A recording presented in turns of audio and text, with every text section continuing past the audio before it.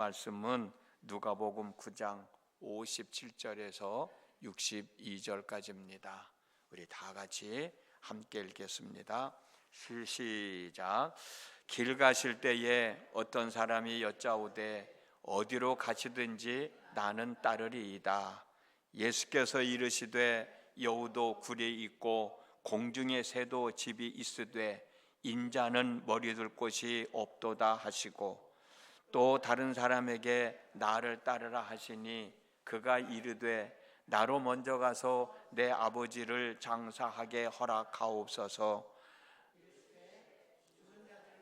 자기의 죽은 자들을 장사하게 하고 너는 가서 하나님의 나라를 전파하라 하시고, 또 다른 사람이 이르되 주여 내가 주를 따르겠나이다마는 나로 먼저 내 가족을 작별하게 허락하소서. 예수께서 이르시되 손에 쟁기를 잡고 뒤를 돌아보는 자는 하나님의 나라에 합당하지 아니하리라 하시니라. 아멘. 오늘은 2025년 4월 1일 4월 첫째 날입니다. 세월이 빠르다는 생각이 들지만 가는 세월 잡을 수 없고 오는 세월 막을 수 없다는 말이 있잖아요. 순응하며 살아야지요. 여러분들에게 주어진 4월 한 달도 하나님의 은혜와 평강으로 충만해지기를 주님의 이름으로 축복합니다. 오늘 우리가 읽었던 본문의 말씀에서 예수님은 세 가지를 말씀하셨는데 이 세 가지의 말씀의 의미를 생각하면서 4월 한 달의 삶도 잘 추스리며 살아갔으면 정말 좋겠습니다. 예수님께서 첫 번째로 하신 말씀은 58절에 있습니다. 여우도 굴이 있고 공중의 새도 집이 있으되 인자는 머리둘 곳이 없도다 라고 하는 말씀이에요. 여러 가지 말씀의 뜻이 있지만 저는 이 말씀은 예수님은 아무것도 가진 것이 없다라는 말씀의 뜻으로 이해를 합니다. 예수님이 이 땅에 오신 목적은 하나님의 뜻을 이루기 위하여 이 땅에 오신 것 여러분 잘 아시잖아요. 하나님의 사람으로서 하나님의 뜻을 이루며 살기 위해서는 포기해야 할 것들은 포기해야 된다는 말씀입니다. 저와 여러분들은 하나님의 사람입니다. 저와 여러분들이 하나님의 사람으로서 삶을 제대로 잘 살아가기 위해서는 예수님과 함께 죽고 사는 삶의 전환점이 있어야 되는데, 그 삶의 전환점은 바로 포기해야 할 것들은 포기할 때 삶의 전환점을 만들어 갈 수 있다라고 생각해요. 이 세상을 살아가는 데 있어서 없어서는 안 될 물질, 명예, 포기해야 될 때는 포기해야 됩니다. 그래야 하나님의 사람으로서의 삶을 제대로 잘 살아갈 수가 있어요. 물질이 얼마나 귀해요. 명예가 얼마나 귀해요. 어떻게 보면 그것 때문에 사람들이 살아가는지도 모르는데, 하나님의 사람이라면 하나님의 뜻을 이루기 위해서는 물질도 포기할 때는 포기할 수 있어야 되고, 명예도 포기할 때는 포기할 수 있어야 된다는 거예요. 나와 늘 함께하던 친구도, 내가 좋아하던 기호식품도, 내가 즐겨하던 취미생활도 하나님의 사람으로서 하나님의 뜻을 이루며 살아가야 할 때는 이게 걸림돌이 되면 포기해야 된다고. 내 친구를 포기하기가 쉽지 않잖아요. 내 취미생활도 포기하기가 쉽지 않잖아요. 그렇지만 하나님의 사람으로서 하나님의 뜻을 이루어야 할 때 이것이 걸림돌이 된다면 포기할 줄 알아야 된단 말이에요. 그런 용기가 있어야 된다는 거예요. 직업도 역시 마찬가지예요. 직업엔 기천이 없다고 얘기하지만 정말 내가 예수를 믿는 하나님의 사람인데 하나님의 사람으로서 이런 직장을, 이런 직업을 가지고 산다는 것이 부끄러움을 느낄 때는 바꿀 용기도 있어야 돼. 부끄러운 줄 알면서도 그 일을 통해서 내가 살아간다고 하는 것은 뭔가 이상하잖아요. 포기할 때는 포기해야 된다는 거죠. 빌립보서 3장 7절 9절에서 바울은 이렇게 고백을 했습니다. 그러나 무엇이든지 내게 유익하던 것을 내가 그리스도를 위하여 다 해로 여길 뿐더러 또한 모든 것을 해로 여김은 내 주 그리스도 예수를 아는 지식이 가장 고상하기 때문이라. 내가 그를 위하여 모든 것을 잃어버리고 배설물로 여김은 그리스도를 얻고 그 안에서 발견되려 함이니. 그리스도를 얻기 위해서는 포기해야 될 것은 포기해야 된다. 그래서 모든 것을 자기에게 유익하게 여기던 것들을 다 배설물로 여긴다고 고백하고 있지 않습니까? 이 시간 여러분들이 정말 하나님의 사람으로서의 삶을 제대로 살아보려고 하는데 걸림돌이 되는 것이 무엇인지 여러분들은 잘 알 거예요. 여러분들은 잘 안다고. 그것을 포기하는 마음, 포기할 것은 포기하면서 4월 한 달 정말 하나님의 은혜로 살아가야 되겠다라고 다짐하고 결단하는 시간 되어졌으면 참 좋겠습니다. 두 번째로 하신 말씀은 60절에 있는데 죽은 자들로 자기의 죽은 자를 장사하게 하라는 말씀이에요. 하나님은 부모를 공경하라고 분명히 말씀하셨는데 예수님은 왜 아버지의 장례도 치르지 말고 복음을 전하는 사람이 되라고 말씀하고 있는가? 이 말씀은 인간적인 윤리도 무시하고 신앙생활을 해야 된다는 말씀이 아니에요.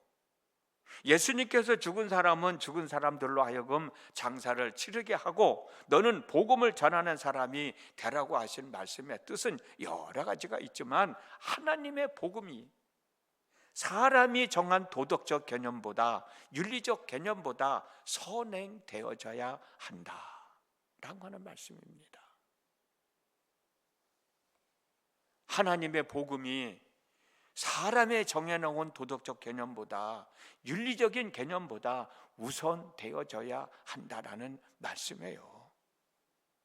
우리가 하나님의 사람으로서의 삶을 살아가다 보면 윤리가 먼저냐 복음이 먼저냐 윤리냐 복음이냐 할 때 복음을 먼저 선택하는 삶이 바로 하나님의 사람으로서의 삶을 제대로 잘 살아가는 삶이라는 거예요. 그런데 여러분, 우리가 하나님의 사람으로서의 삶을 제대로 잘 살아가고 있으면 윤리가 먼저냐 복음이 먼저냐 따질 필요가 없어요. 왜? 하나님의 사람으로서의 삶을 제대로 잘 살아가는 사람은 복음 안에서 윤리를 다 포함하고 있는 삶을 살아가고 있기 때문이에요. 하나님의 사람이 하나님의 사람으로서의 삶을 제대로 살지 못하니까 윤리냐 복음이냐 그거 가지고 고민하는 거지. 내가 복음 안에서 하나님의 말씀대로 하나님의 사람으로서의 삶을 제대로 잘 살아가면 윤리냐 도덕적 개념이 뭔지냐 따질 필요가 없는 거예요. 왜? 그걸 다 포함하고 있는 삶을 살아가고 있는데 그거 가지고 고민할 이유가 어디 있겠어요? 내가 정말 복음 안에서 살아가고 있다고 하면 부모를 순종하라는 말씀은 이미 내 삶 속에서 실천되어지고 있잖아. 내가 복음 안에서 살아가고 있지 못하니까 부모를 순종해야 되느냐 순종하지 말아야 되느냐라고 하는 것 때문에 고민하고 있잖아요. 내가 복음 안에서 살아가고 있으면 부모를 순종해야 된다는 말씀 이미 내 삶 속에 포함되어 있잖아. 이웃을 사랑해야 되느냐 사랑하지 말아야 되느냐 그것도 이미 다 포함된 삶을 살아가고 있잖아요. 복음 안에서 살지 못하니까 윤리적 개념이 앞서야 되느냐 복음이 앞서야 되느냐 그거 가지고 고민하고 있거든. 예수님은 그런 고민하지 않도록 복음 안에서 살아가는 삶을 살아가라는 거예요. 참 복음 안에서 우리들의 뜻이 먼저 이루어지기보다 하나님의 뜻이 먼저 이루어지기를 원하는 삶을 살아가면 그 삶이 얼마나 복 있는 삶이겠어요. 4월 한 달도 이런 삶이 저와 여러분 가운데 있어지기를 주님의 이름으로 축복합니다. 세 번째로 하신 말씀은 손에 쟁기를 잡고 뒤를 돌아보는 자는 하나님의 나라에 합당하지 아니하니라 라고 하는 말씀이에요. 여러분, 운전을 하는데 뒤를 돌아보면 돼요, 안 돼요? 뒤를 돌아다보고 운전을 할 수 없잖아요. 후진을 하는 경우에는 뒤를 바라봐야 되지만 앞으로 향해 나갈 때는 운전하면서 뒤를 보면 안 돼요. 앞을 제대로 똑바로 잘 보고 가야지.